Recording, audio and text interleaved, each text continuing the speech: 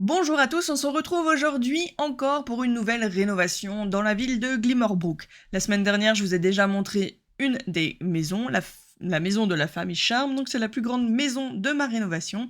Et maintenant, on va passer à la suite. Donc nous voici à Glimmerbrook et c'est la maison des amis acolytes que je vais vous présenter. Mais tout d'abord, je vais vous présenter donc les amis acolytes. Là, vous avez un visuel vite fait sur ce qu'ils sont avant mon ravalement de façade, et du coup, je vais vous montrer leur ravalement de façade.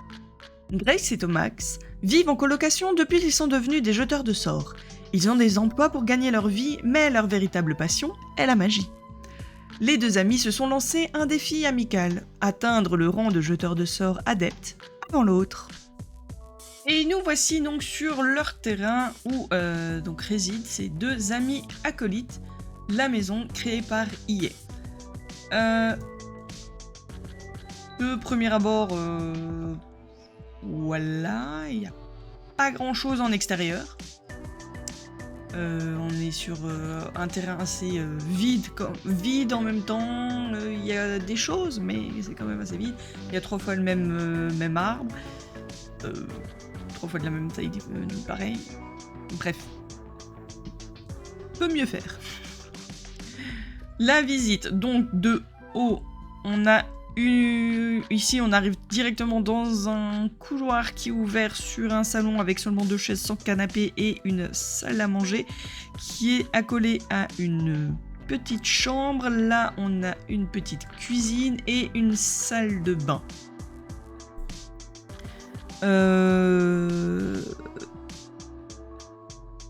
Pour moi, une salle de bain au rez-de-chaussée. Bon, là, il y a une chambre, mais elle est très loin de la salle de bain. Donc, typiquement, ça veut dire que la personne qui veut prendre sa douche... Enfin, moi, je suis du genre de personne qui, une fois que j'ai pris ma douche, ou mon bain, je n'arrive pas à m'habiller tout de suite, entièrement. Je peux pas, j'ai trop chaud, j'ai chaud, et du coup, ça me fait presque devoir prendre une deuxième douche tout de suite derrière. Voilà, donc... moi, je n'arrive pas à comprendre qu'on doit faire tout ce trajet pour aller dans une chambre après être sorti. Voilà. Surtout qu'à l'étage, on a 2 autres chambres, une salle de bain aussi. Donc, il n'y a pas l'utilité de cette chambre en bas et de cette salle de bain. Vu qu'ils sont que 2. Après, s'il y a vraiment besoin d'une chambre d'amis, il y a le bureau ici qui peut être mis en bas, ici parce que c'est assez grand, comme bureau. Et ça peut être des toilettes visiteurs, par exemple. Des toilettes pour quand t'es en bas, parce que ça, on sait que les Sims, vu qu'ils mettent 150 ans pour monter à l'étage, c'est mieux d'avoir des toilettes à chaque étage, même plusieurs. Du coup, voilà. Donc, voilà pour la maison que EA leur a fait. Et on va passer à ma rénovation. Et nous voici sur la rénovation de leur maison. Donc là, on est vraiment sur un style complètement différent. Donc, comme j'avais dit dans la précédente vidéo, peut-être que vous ne l'avez pas vu, je pars vraiment du principe que c'est des jeteurs de sorts qui ont créé les maisons, donc ils l'ont créé vraiment par rapport à leur imagination. Donc c'est des maisons un peu biscornues ou très spéciales, elles sont déjà pas toutes identiques, justement parce que chaque jeteur de sorts a une idée spéciale de ce qu'il veut comme maison. À l'extérieur, on a de nouveau un petit étang, donc c'est un peu comme si la maison avait les pieds dans l'eau. Et... pardon, excusez-moi, le sapin. Et à l'arrière, j'ai rajouté aussi des groupements de sapins. Ça vient du debug, hein, tout simplement. Du coup, voilà. On a aussi une tour, comme dans l'autre maison. On a des rochers aussi. J'ai vraiment voulu qu'elle se fonde dans son entourage. Un peu comme si c'était une cabane dans un arbre. Voilà. Je vais pas faire la visite à la première personne parce qu'elle est quand même assez biscornue comme maison et du coup ça va être un peu gerbotron, je pense, que si je fais à la première personne. Donc je vais vraiment faire aussi de haut et on va commencer par cet étage parce que c'est par ici qu'on rentre. À l'étage inférieur, donc qui est normalement le rez-de-chaussée, on a les chambres. Donc on va commencer par ici. Hop, je me mets avec la souris, ça sera plus simple. Donc on arrive ici, on a une entrée, on a des toilettes dans ce petit espace ici. On arrive là, on a l'escalier qui monte et qui descend, logique. Et on a le coin, donc salon, qui se trouve juste ici. Et là, on a la cuisine dans cette tour. J'aimerais que EA puisse nous permettre de faire des cuisines dans des arrondis comme ça. Parce que j'ai essayé, je voulais vraiment la faire dans, ici, tout simplement.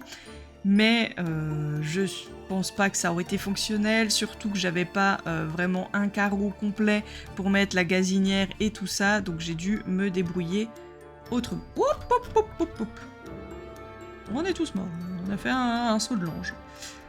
Du coup, voilà. Ouais. Même en visitant comme ça, c'est un peu compliqué.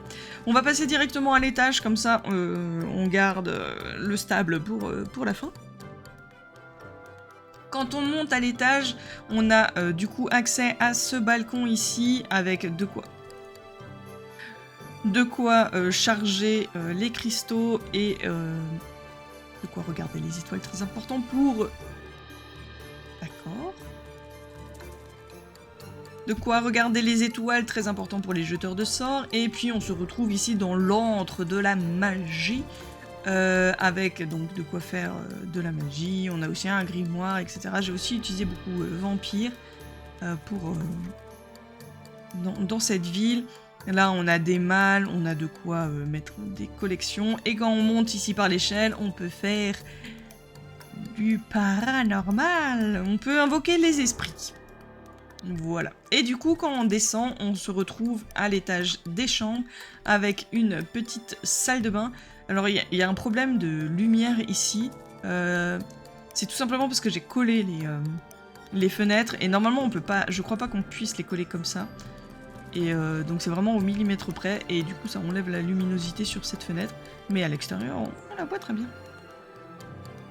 Là, on a la chambre de Daryl. Oh non, c'est dans la famille Charme Daryl. Oh, j'ai un doute.